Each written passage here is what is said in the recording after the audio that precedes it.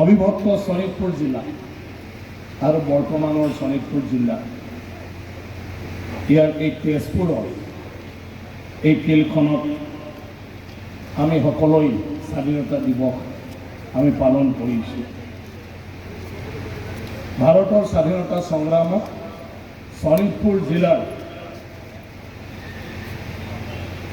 আমাৰ পুৰুষসকলে